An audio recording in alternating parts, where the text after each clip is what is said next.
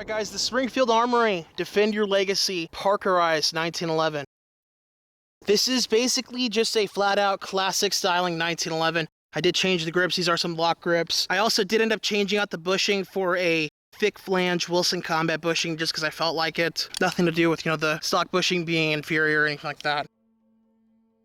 Really amazing 1911, you guys, for the money. I just shot 8 rounds out of it, some self-defense carry ammunition through it, ran 100%, and now we are shooting some Remington green and white box upper middle class ammunition. Wilson Combat magazines as usual.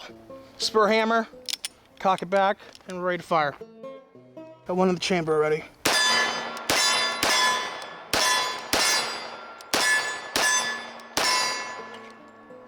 Amazing 1911, you guys. For $560, are you kidding me? And who cares if the finish gets a little scratched or some stuff like that? This is a working man's 1911, you guys. $560, less than $600, and you've got an all-metal forged frame 1911. Amazing. Okay. That was probably me actually with the slide stop, lol. Okay. Rip and strip. Yeah, I think I pressed on the slide stop. All right, hold on. All right, here we go. And back to it, I gotta make sure not to press on it because it's not recessed like on a custom 1911 that I would order.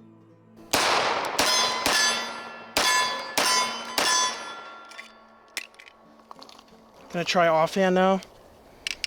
Another Wilson mag.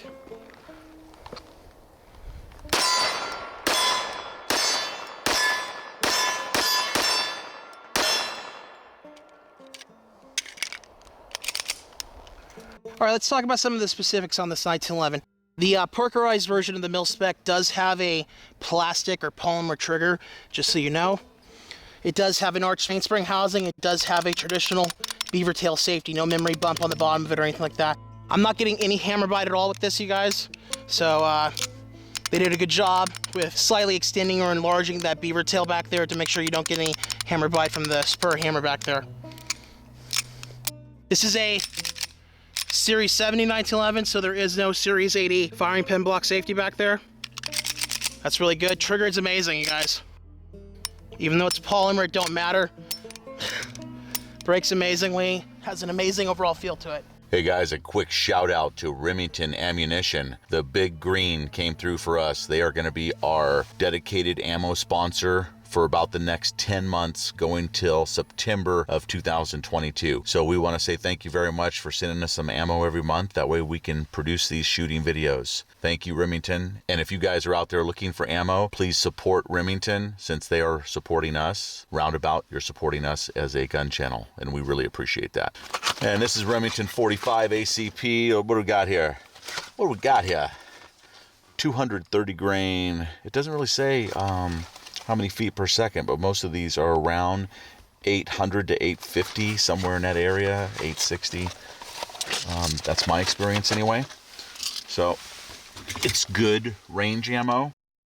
They make other stuff for carry, so if you're interested in their carry ammo, just make sure you get the hollow points. We are going to be shooting our 1911s with more hollow point ammunition going into the spring and summer just to make sure that they function okay. And it gives us another reason to bring the 1911s out and share them with you guys on the channel. So yeah, we're going to be shooting some Remington Golden Sabres and the Remington Ultimate Defense ammunition. And these Wilson Combat mags have been fantastic, you guys. Never a single issue with these magazines. Yeah, we've been very happy with those. Gold standard. We've been very happy with those, and we continue to use them. Haven't really replaced any of them or replaced any springs. I think Wilson Combat magazines are known to go, a good 5-10 years with no issues. Some people load them up and leave them loaded. I kind of do, half at a time, and then I unload those and replace them with another half of my magazines, and I give the springs a break. So that's my way of doing things. I'm sure your mileage may differ, and your experience may be different than mine. But just as an idea of a way you can give your magazine springs a break.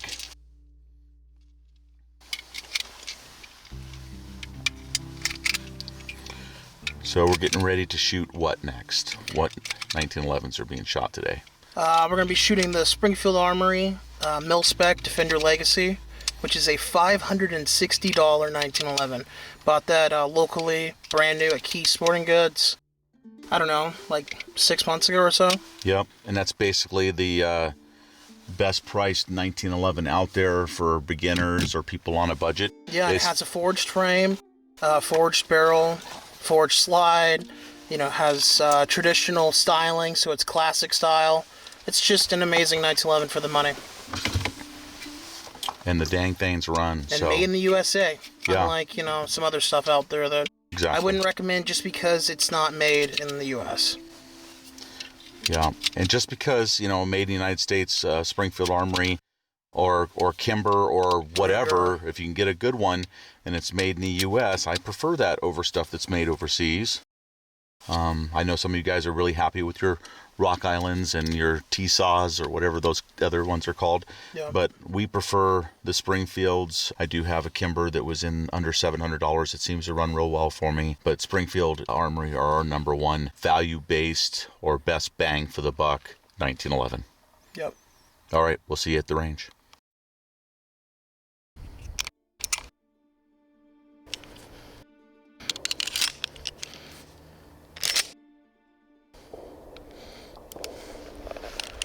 We go from the shoulder holster here.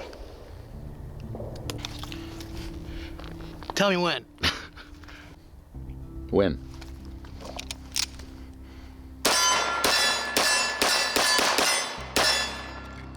Love these Wilson Combat Mags, you guys. If you got a 1911, you might want to buy some. The Remington ammunition is running very well as well.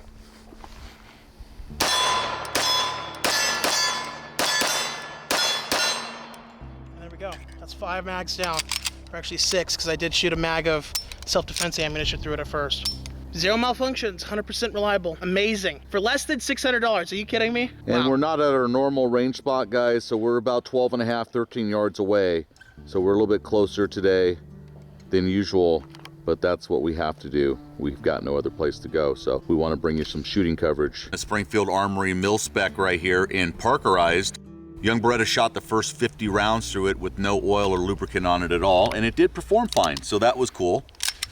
We do like to add some, especially on the 1911s, to make sure that we're giving them every bit of chance that we can to make sure. And what is that? I've got the Trident Lube, the ceramic infused lubricant from Shaolin Performance right here. Yep. So we've been using it for a little while. It seems to work really well. And so I'm just gonna put just a couple of drops on the inside here. Couple drops on this rail here, and then I'm going to let it close, and just a little bit over top. 2 drops here, and that's it. You know, what do we got? 2, 4, 6 drops and a little bit there. So you shouldn't really need any more than that. You can already tell a difference from just putting a little bit of lubricant on it. It's quite amazing. Wow, you're gonna love it. Yeah, this Shaolin Performance Trident lubricant makes a $600 1911 feel like a $1,500 1911. Yeah, it's like pretty amazing. Had a lot more work done to it, or at least more smoothing out here, and the lube makes a difference. So, you know, give it a try. It's like 14, 15 bucks, whatever. It's not expensive. We don't get anything from it. Will be below. It's just something that we are using now, and we are testing. We're going to test it all throughout 2022. So we'll be testing it over the next year, and if it continues to work really well for us, you'll see us continue to use it, guys. Yep. Yeah, it's nice. Here we go. There's something about these Springfield Armory Mil-Specs that I really like. Even though it's a basic pistol, it does feel really good in your hand. Even single-handed. Here's a 10-round magazine from Wilson Combat. So even single-handed shooting here, you take your hand, you take the safety off, you punch your hand out, you reach for the trigger, and you squeeze the trigger. Catch the trigger if you can, squeeze. There it is, that time I caught it. Out for the reset, squeeze. There's just something about a single 1911 that's quality. And even at this $573 price tag, you still have a quality 1911 right here. And it feels like it.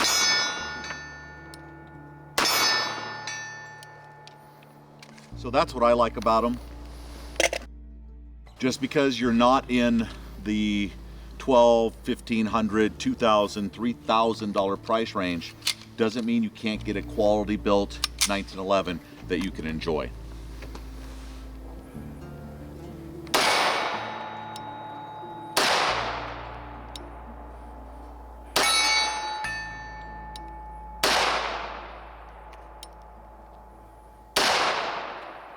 Not sure where those are going.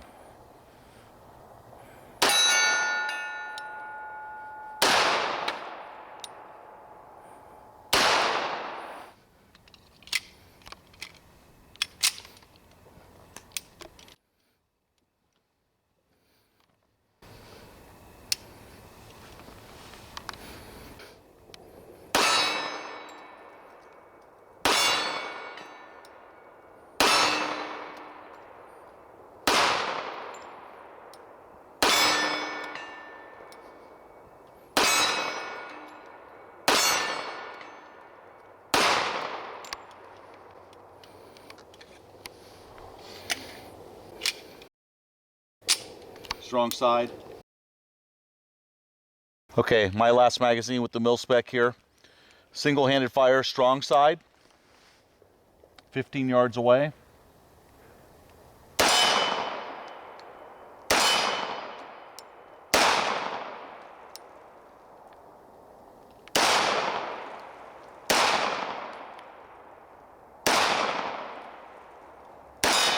There you go. Just threw a couple, you know. Threw a couple. That's It too happens. bad. That's too bad. Other than that, ran flawless, right? Yeah, 100%. No problems at all. No problems at all. Yeah. So that's always great to see. I don't have any problems with pressing on this on the opposite side like you do, but it's good to be able to practice one-handed. I need to do a little more offhand shooting with it too. But overall, an exceptional 1911 for the price for sure. Yep. All right, guys, as we wrap it up here on this pistol, some quick things I wanted to mention about it. These are LOK Grips, if I didn't cover that. They are the classic style with a extreme thumb cutout right there. Really nice grips here. This sights11, of course, is no frills in that it has no front strap checkering, but it does have a vertically serrated mainspring housing. How is the positivity here of the beaver tail safety? That's what I'm wondering. Only have to press it in just a little bit, and then we got trigger activation.